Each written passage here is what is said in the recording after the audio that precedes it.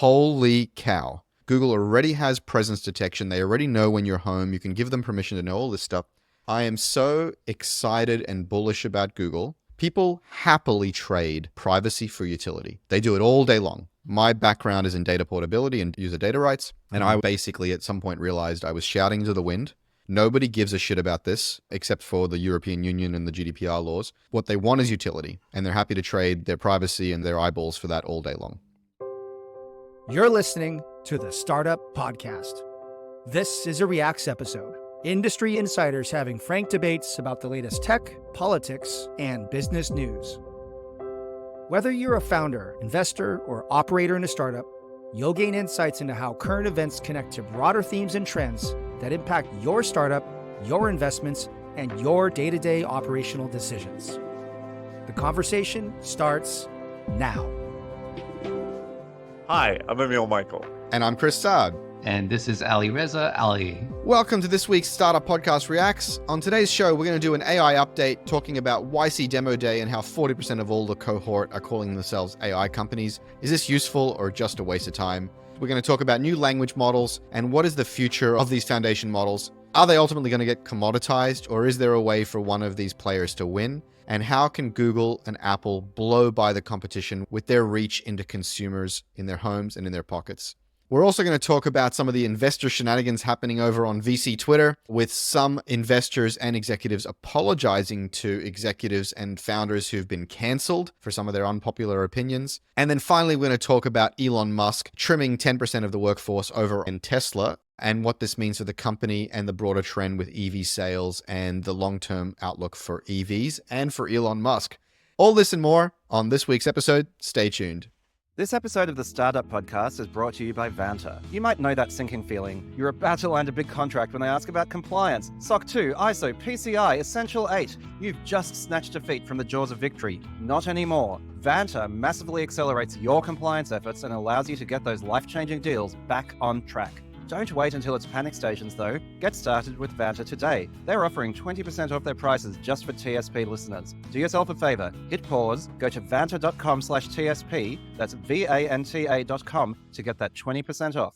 All right, the first topic we wanted to talk about was an AI update and give you guys a little bit of a survey of all the cool things happening in AI. And luckily, we have Ali with us today, who is our man in the seat for AI. Ali, tell us about some of the things you're seeing in the AI landscape, some of the things that are changing and how it might impact founders and investors.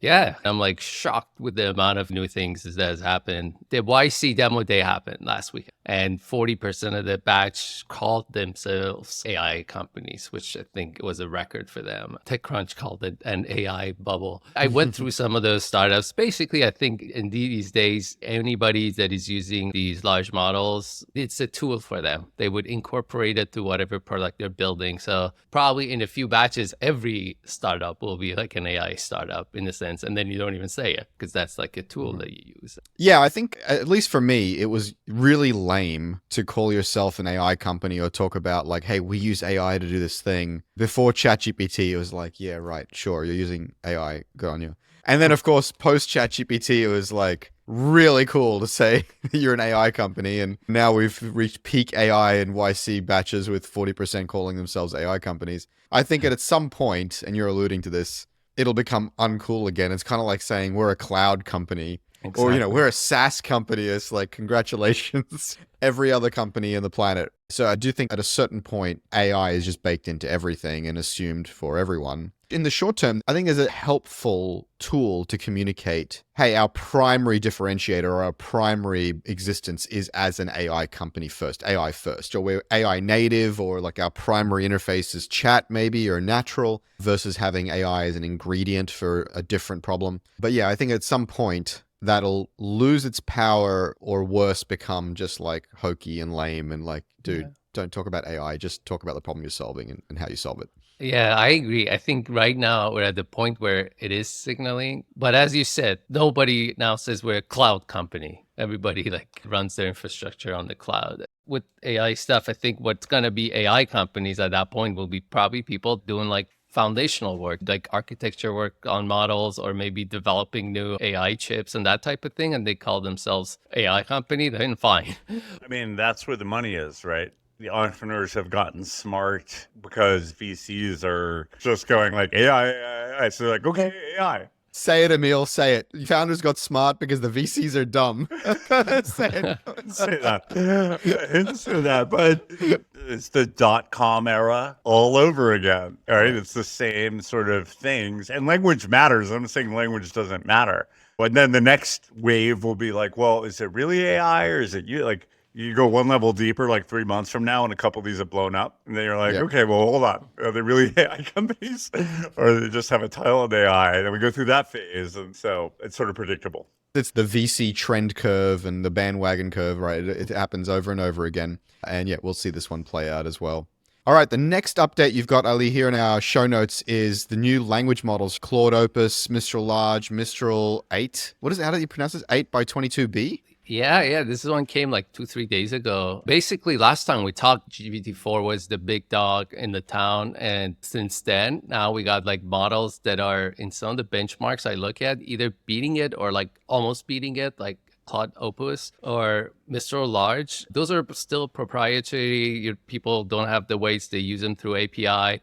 But they're deployed now on AWS and Google Vertex, and people can basically pay per token, use them, and they're competing with GPT-4, which is interesting. So now developers who are using GPT-4 as sort of their shiny best LLMs have other options, which I found interesting. And then other things that are related was like Mistral still going strong on doing open weights releases. If you remember back a couple of months back when they did Mistral, I think it was like 7x8b, which was a 56 billion parameter. Now they dropped this one, Mistral 8x22b, which is 176 billion parameters. So this is like a ginormous model, which is you can't even download it in the portals that people download usual models at Hugging Face because it's so huge. You need like, I don't know, a $40,000 GPU to be able to even to run it.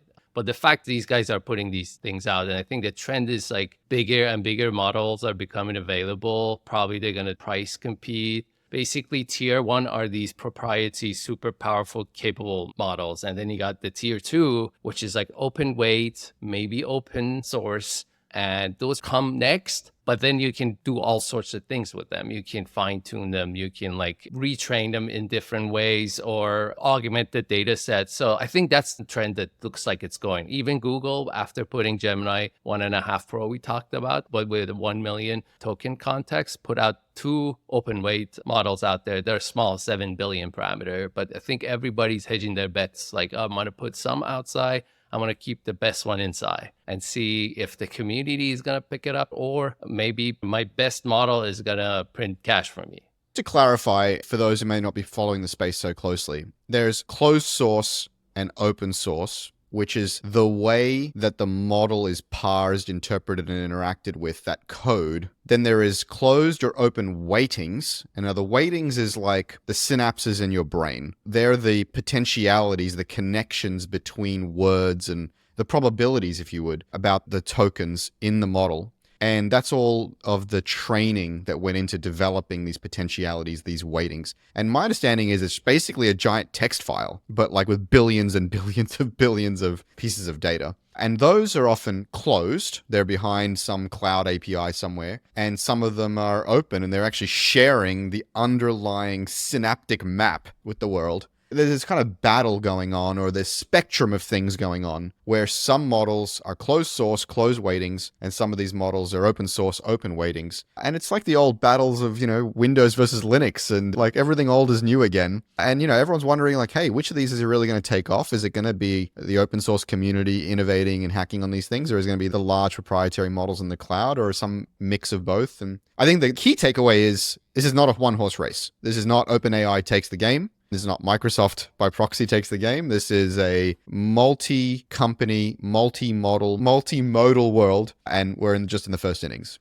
You said it right. I think a lot of the old school open source folks, basically, when we talk about open source large language models, it means I would have access to the weights, like the synapses weights, and I'm able to regenerate this whole thing because you also gave me all the data. And that's like a very valuable thing, which I think there's a couple of groups from universities that have published models that are like decent, that have the capability to go basically from source all the way to the weights and everything being open source.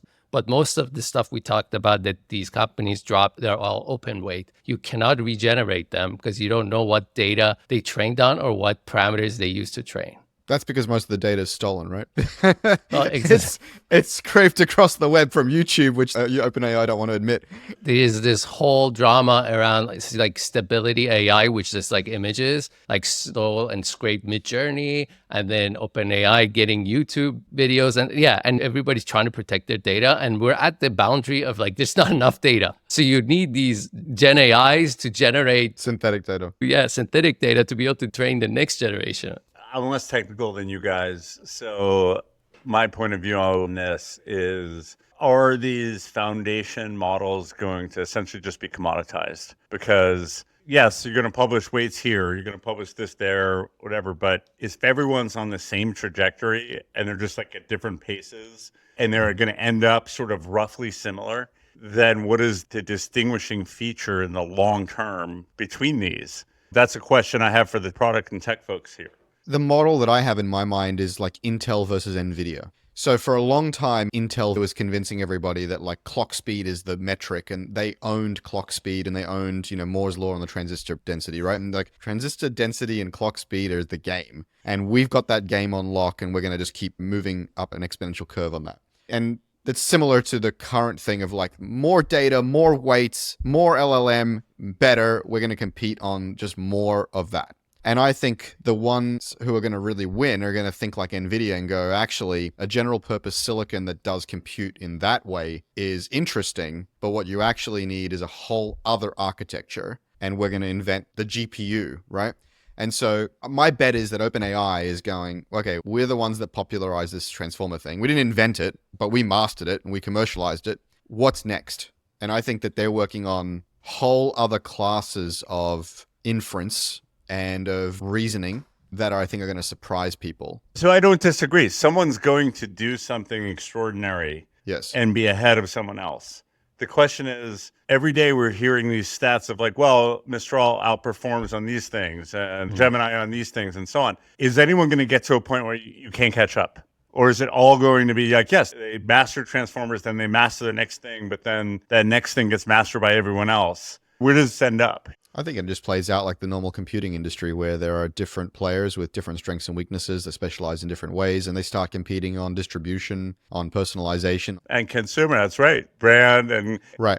If you listen carefully to what Sam Altman said in one of the interviews that we covered maybe 2 React episodes ago, he said his vision was a system, not a model, and he made this very clear, a system with multiple models that is personal to you, that goes with you through multiple experiences and interactions. And so he's thinking of this as an ecosystem or a collection of models that collectively solve your personal, let's say, AI needs or agent needs. And so the first one to build that collection, well, not the first one, but the set of companies that build that collection, build user trust, build user lock-in through network effects and personalization, wins the same way every previous cycle went. And actually, another episode that we talked about this, we were talking about how Apple and Google have been somewhat underestimated in this game. Apple more than Google.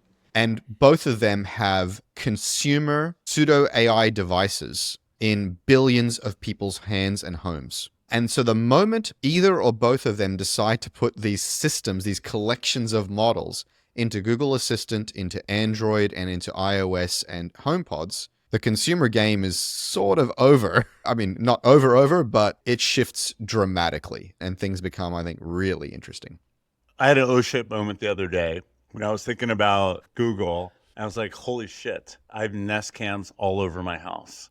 Precisely. If they train every human movement that everyone in my house has taken over years, how something dropped on the floor, how you cleaned, you carried a baby, how you did whatever, holy cow. Like they can make robots that are trained on the repetitive human behavior, which is tracked in billions and billions of times. Like, holy cow. Just have a think about this, right? Have a think about this. Imagine having a conversation with your AI in your car. You get out of your car and it just automatically switches to your Android or iOS device. You keep talking, or your headphones. You walk into your home, it switches to your Google Home or your Nest speakers or your whatever, and you're just talking and you move from room to room and the AI just switches from the HomePod in your whatever. I know I'm deliberately switching brands, by the way. Your HomePod or your Nest, and it just switches from room to room, and it's this omnipresent Jarvis, right? We've seen this in science fiction. And you go, hey, Jarvis, where did I leave my keys, right? Oh, you left it in the whatever. And hey, Sally, you're carrying the kid wrong. He's crying because he needs a diaper change.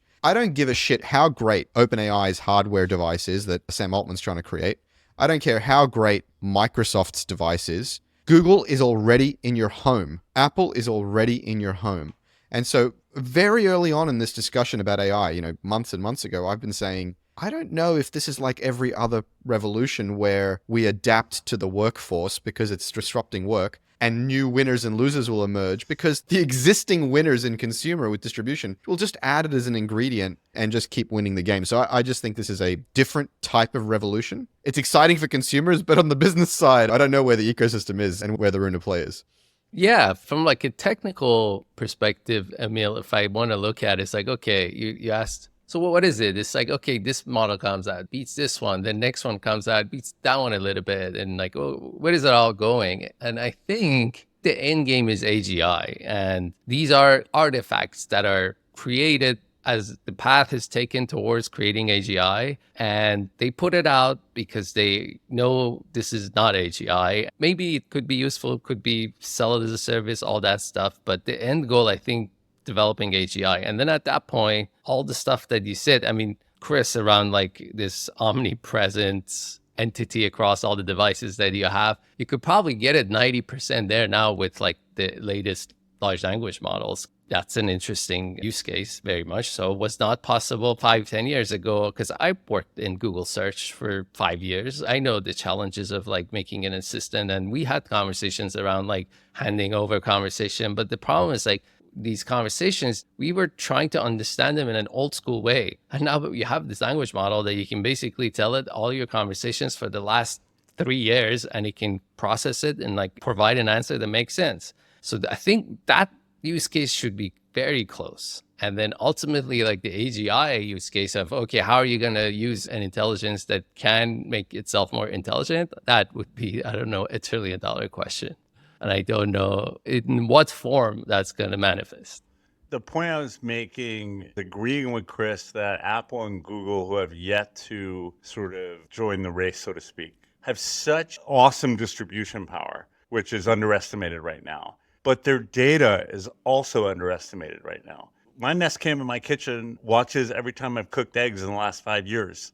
So like there'll be a robot someday that'll cook eggs exactly the way I like them. Because of the distribution they have, if they're able to cordon off the data in a way that OpenAI and others can't get it, maybe that's a strategic advantage that's not being baked in right now because it's hard to see. Yeah, the more I talk about this, like even just on the show, thinking out loud, the more I'm so bullish on Google because Apple's entire narrative has been device-centric and privacy-centric, and they just don't have permission to aggregate all this data in the cloud and use it. Google, on the other hand, has all of the social contract, right? The expectation, the brand to go, yeah, we aggregate everything in the cloud and we process it and we run intelligence over it all the time. And that's just what we do. We're Google. And also Apple's discipline in quite a limited portfolio of products means that they don't have cameras, right? They don't have great home assistants. They have HomePods that they give up on every couple of years, right? And so I'm so bullish on Google. They own with Nest and with Assistant and with Android and with their cloud compute and Gmail and YouTube. Right. Holy cow. Goodbye to the wake word. Goodbye to the cameras off until you ask for it. Google already has presence detection. They already know when you're home. You can give them permission to know all this stuff. I am so excited and bullish about Google. And a lot of people are afraid of this and, oh my God, and Google this and Google that and power this and privacy that. People happily trade privacy for utility. They do it all day long. My background is in data portability and user data rights. And I basically at some point realized I was shouting into the wind. Nobody gives a shit about this except for the European Union and the GDPR laws. What they want is utility. And they're happy to trade their privacy and their eyeballs for that all day long. Let's move on because we kind of go deep on this every single episode. Just very quickly, Ali, you give us an update on the chips. We talked about the Grok chips a few episodes ago with you. Give us a quick update on Grok before we move on to other topics. Sounds good. Last time we talked about this company who make this chip, they called it LPU, language processing unit, basically was doing inference using these large language models super, super fast. It was like 10 times faster than whatever demo that was out there. So we got really excited. To be very precise for the audience who, again, not following this stuff as closely as us, when you ask ChatGPT a question, it like produces a word at a time to answer your question. The system calls these tokens, right?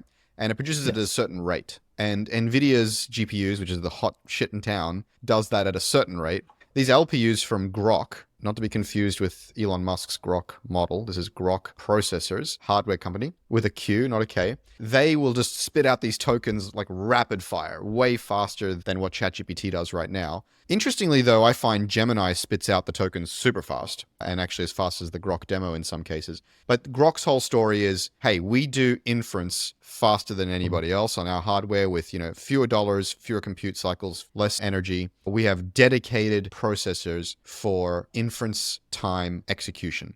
And Chamath over on All In is an investor in these guys and talks about them a lot. And he's an investor, so you got to take it with a grain of salt. Is like they just kick NVIDIA's ass at inference time compute. And so NVIDIA is like the big winner in training because you need these big, huge horsepower data centers to train.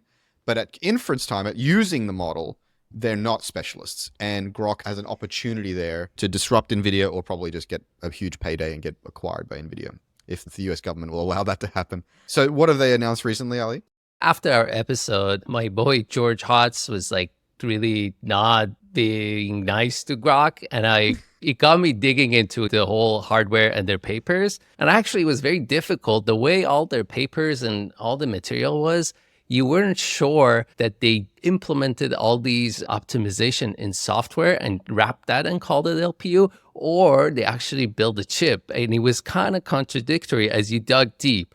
Then this article comes out, like I think this is last week, where the CEO of Grok says, we're going to basically move to not sell chips anymore. The reason being that we always wanted to provide this as a service, as an infrastructure. So in some ways, like they're inference as a service company now. So they're going to keep the chips for themselves, build the data centers, build all the racks, all that stuff. And then just like you would pay AWS or Azure or Google Cloud, you pay them to do fast inference, which is an interesting thing. What do you make of this, Emil, right? Instead of selling, this is a thing that's close to my heart. Instead of selling white label infra to other people, if you've truly got an innovation, I think I learned this at Uber, which is really a full stack disruption, own the innovation and deliver a better cloud company than Amazon or Microsoft and try to disrupt the cloud business instead of the NVIDIA chip business. I think people over-apply vertical versus horizontal and assume that works in every segment. Like it worked at Uber insofar as we wanted to control the end-to-end experience and that mattered, right?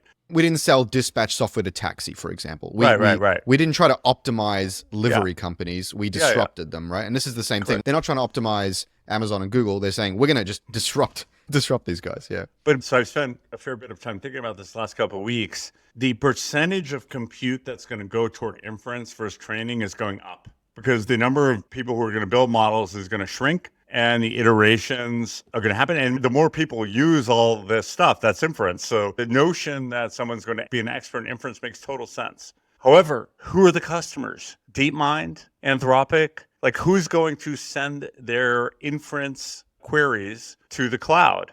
It's these guys who are also in bed with the people who have clouds. Anthropic's got $4 billion in cloud credits from Amazon. Are they going to send stuff to Grok or Amazon? And then now look at second tier. Like what is the second tier after OpenAI, DeepMind, Anthropic, Microsoft? Who? That's a really, really good point. Really good point. So that doesn't mean there isn't a second tier. There is. But well, the second tier, I've heard Jensen Wong talk a lot about sovereign models and how every culture or country needs to build their own large language model. Large companies like Kaiser or whatever need to be potentially building their own specialized models. But I'm not bullish on that. I think these models are becoming grounded in enterprise truth, as Gemini was talking about, or Google was talking about in regards to Gemini. I think you develop a reasoning engine and then you apply it to knowledge. I think this idea that you train on specific data, I'm skeptical about it. I'm not an expert. but I'm skeptical about it. I think you need incredible horsepower, as we used to say at Uber, when you're interviewing, like, do they have horsepower? And then can we apply them to this problem? And I think there is going to be foundation models with horsepower, and then you apply them to problems. I think that's probably how it plays out. Let me just ask this, because you're talking about models and then compute. They're related but different. Today, Microsoft announced some billion-dollar deal with the UAE, which I think is to build a cloud instance in the region. So there's the sovereignty of wanting stuff to be run in your region, whatever it is. And then there's the sovereignty of like who builds the model and owns it and the parameters and all that stuff. And then the data that goes into that. So it's like pretty complicated, but the infrastructure piece is a really compelling thing. Like, yes, NVIDIA disrupted Intel. Is there a disruption by Grok with NVIDIA or what? I mean, someone's going to make a lot of money trying or failing to do that, or lose a lot of money. Yeah, I think it makes sense that you want a sovereign compute infrastructure. I just don't know that you need a sovereign LLM. Right. You might want an infrastructure because you want your data there, right? Because there's a sovereign reason to have your data there.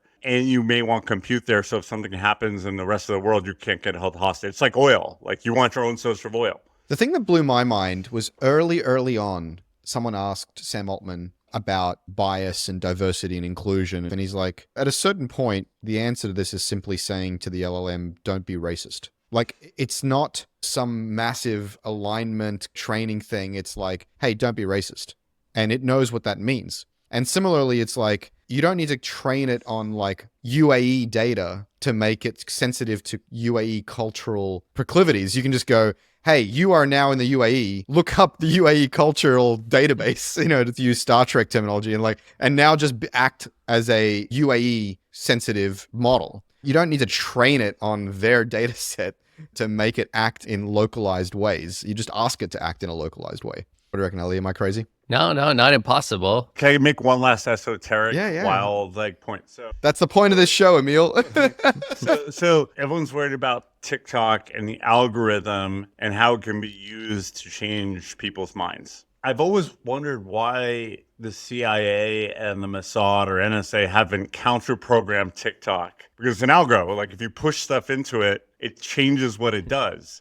So your whole thing of like, okay, act like you're in the UAE. Well, a bad actor or a counterforce could like tell it to do things like, here's what the UAE does, which is different, right? You can't reconfigure these newsfeed recommendation algorithms from the outside because its weights and biases and filters and editorial choices are hard baked in, which is different than an LLM when you have like, let's say, system level admin access and you can change the system message to say, respond with US cultural sensitivities versus act with UAE sensitivities. And that would not be the consumer or the end user doing this or Mossad doing this. This would be whatever is allowed to operate in UAE, and they'd change the system prompt. But for whatever reason these days, I'm sounding more red pilly than most.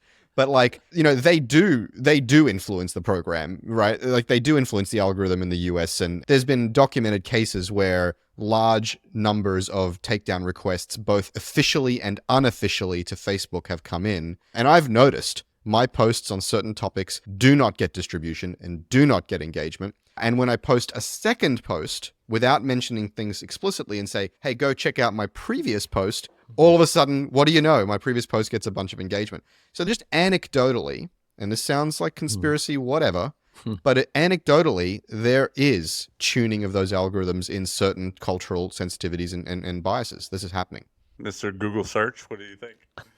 I mean, I agree with Chris. These are happening for sure. Like, remember this like insane people on TikTok were reading the Osama bin Laden manifesto, and they're like, oh my gosh, it opened my mind. You're like, what? You've got to be kidding. Exactly. You've got to be kidding me. And this is blowing up on TikTok. So I was like, why wouldn't the NSA publish the counter video with like videos of all the destruction and like, I don't know, buy ads, throw it in, have fake followers, like counter program it. So like there's enough out there. But I mean, so you're talking not about nudging the algorithm, then you're talking about like flooding the zone with counter narrative. Yeah. I think the problem with that, Emil, which affects the algorithm, doesn't it? It doesn't affect the way the algorithm weights things, but it may give the algorithm fodder to distribute other popular things. Yeah. The thing is, they try that, right? There have been reports of Israel trying to pay influencers on TikTok to flood the zone with Israeli propaganda, right? The way everybody has propaganda, right? Every country has propaganda. And these TikTokers are going, like, this is clearly not what we want to talk about. We don't agree with what's going on. And so they're trying. They try that. This episode of the Startup Podcast is brought to you by Vanta. The team at Vanta are passionate about helping you secure your business by vastly cutting down on the time to get compliant with frameworks like ISO 27001, SOC 2, and Essential 8. Vanta lets you close deals, sleep better at night, and get back to building your product. Help yourself and help the podcast by going to vanta.com/TSP for an exclusive 20% off deal. All right, cool. Well, the next topic we're going to talk about is investor shenanigans over on VC Twitter. This interesting thing that happened, and Emil, maybe you followed it more closely than I, but there was at least two major investors who apologized to two major founders for basically throwing them under the bus. Brandon Ike, over at Mozilla, his resignation came shortly after his appointment due to controversy over a donation he made in 2008 supporting California's Proposition 8, which is a ballot initiative to ban same-sex marriage. And Palmer Luckey was fired from Oculus VR because they found out that he had donated $10,000 to a pro-Trump political organization called Nimble America. And, these are both things, just to be on the record, I guess, both things that I wouldn't have done and don't support, and I guess are generally not well supported in Silicon Valley. It tends to be a fairly liberal town. But these people were ousted, and Mark Andreessen is posting, like, I regret not doing more to support and defend Brendan. And John Carmack, who I guess was not a VC, is an internal employee at Facebook, also apologizing for not defending Brendan more. And interestingly, Cyan Bannister, who is an old, I'll say, acquaintance of mine, we were pretty good friends at one point, posted saying, hey, where does Travis get his apology? And you replied to that, Emil, unlikely to happen. Benchmark would have to stop bromides, like regrettable, sad outcome. And so, the point here, though, just to summarize, hopefully in a succinct way, is there have been some co-founders kicked out of their companies, some VCs, some high-up execs, and Cyan herself is an angel and done a lot of investing, saying, yeah, these founders should have gotten more support, and some people saying, hey, I regret not supporting them more. And I think you and I, Emil, are curious about the Travis question, like, when does Travis get his apology? I'm also curious about when does Paddy Cosgrave get his apology for being cancelled for saying some basic humanistic things that I think basically Kamala Harris and Biden are saying now. I mean, he's back at Web Summit, isn't he? He's back, but he basically, I think, decided, like, fuck you guys, I'm taking my CEO title back. And everyone's like, oh, so you're not going to even mention why we cancelled you in the first place? And he's kind of like, I'm not going to address that. And so, like, I think it's actually really great that people are saying, hey, we screwed up. And we let this founder get fired. We let this CEO get fired. We let this exec get fired for what was essentially a mob, misinterpreting or overstating or being overly sensitive to unpopular opinions. Again, the connection I'm making is Paddy early on in the Israel attack on Gaza said, hey, we shouldn't be killing civilians on either side. And, he got canceled and removed as CEO of Web Summit. And Travis, was not about any particular one comment, but it was a year of really misinformation, disinformation, and hyperbole leaking out of Benchmark. And so, these founders, I think the commonality is really hypocrisy, exaggeration, or injustice is how I would draw the connection between these four things. I guess the topic is, what do we think about these cancellations, these apologies, and what happens next? I guess my view was, I won't speak to the Patty thing because it's more recent, but the Palmer thing and the Mozilla thing and the Travis thing all happened, I believe, in the post-Trump era, where there was a lot of anger about that election result, and people were taking it out on anything they perceived as supportive of that, like, general sort of political persuasion in any way.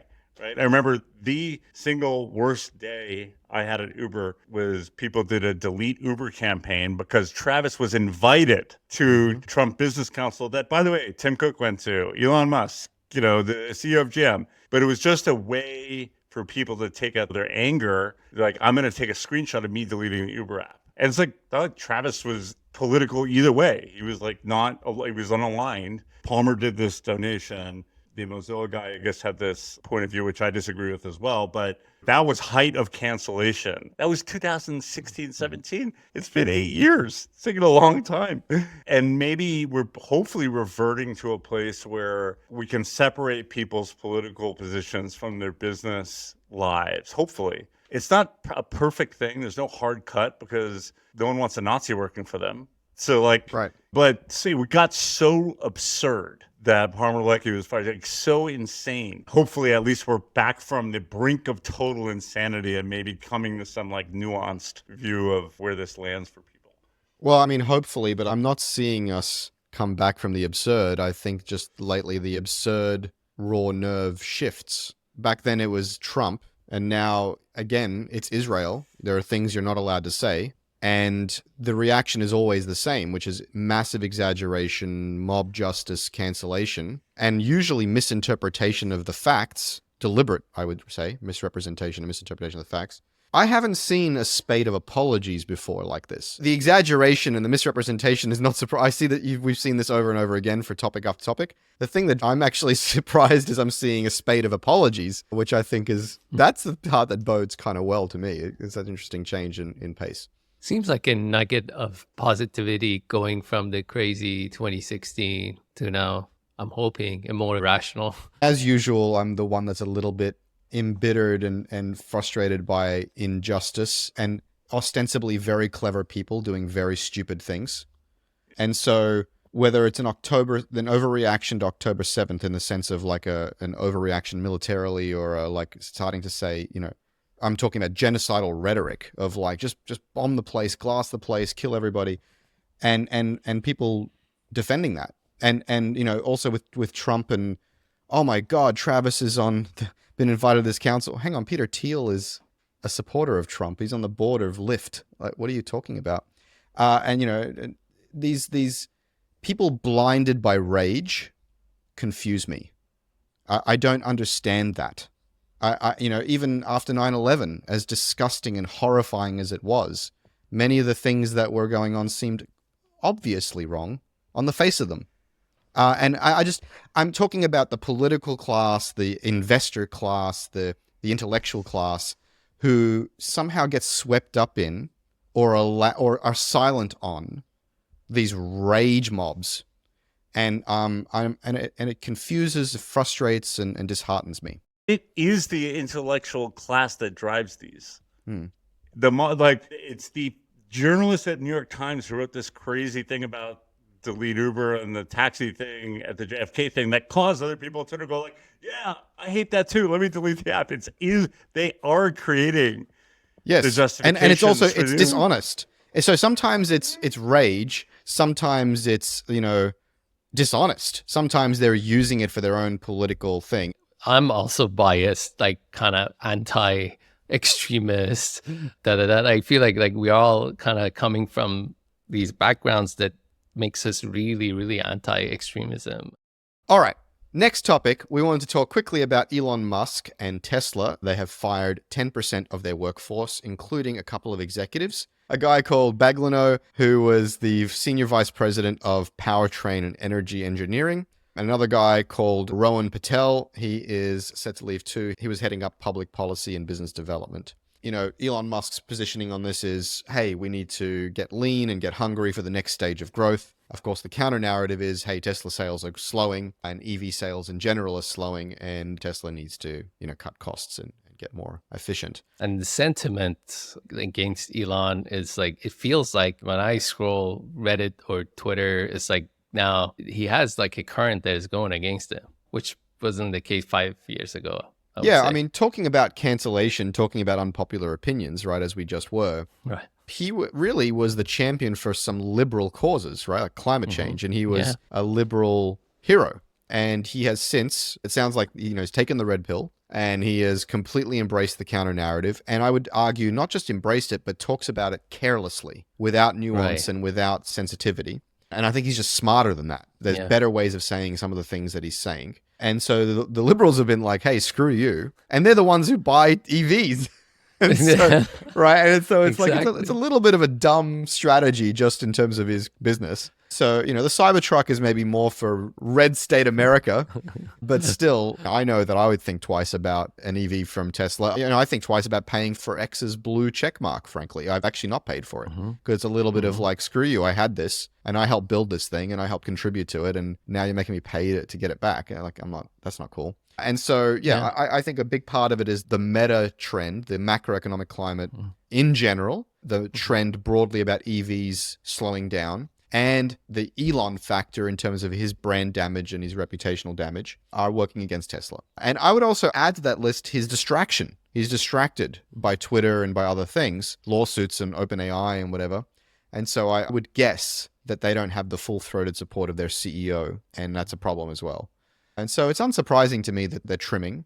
It's not always a bad sign that a company trims, but this is probably a few unforced errors as combined with economic meta trends.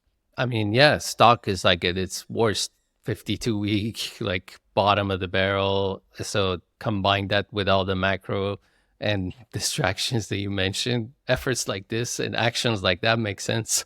Something needs to change. He thinks of himself as having fuck off money and doesn't want to be beholden to any narrative or any person, any advertiser, right? As he said, they can basically piss off. And I understand that impulse, to not want to feel like you're constrained by the crowd. Just in the last topic we were talking about, I think people should speak up more. I think the crowd needs more nuance and people need to be more clear-eyed about these things. I think it's coming from a reasonable place. I think his implementation is careless, crass, crude, trollish. And so, I'm unsurprised that he's experiencing headwinds, appropriately so, I think. All right, well, that's our show this week. Ali, where can people find you on the internet? You can find me on LinkedIn, or we're running a AI consulting company. We help businesses be more efficient using all these Gen AI advances. So find me on LinkedIn or on our website, theblue.earth. You can find me all over social media on Chris Sard or at chrissard.com/newsletter to subscribe to my newsletter there. And don't forget, if you've been listening to the Startup Podcast for a few episodes and gotten value, we ask you to please honor the Startup Podcast Pact. Please rate us and review us on your favorite podcasting app. Follow us on YouTube and let your friends know about us on your favorite social network. It helps us grow the show and help more founders and investors like you. Thank you for having me, Chris. All right, guys. We'll talk to you in the next one. This episode of the Startup Podcast was brought to you by Vanta. Vanta helps businesses get and stay compliant by automating up to 90% of the work for the most in-demand compliance frameworks. With over 200 integrations, you can easily monitor and secure the tools your business relies on. Head to vanta.com/TSP for 20% off their incredible offering and start unlocking extra revenue today.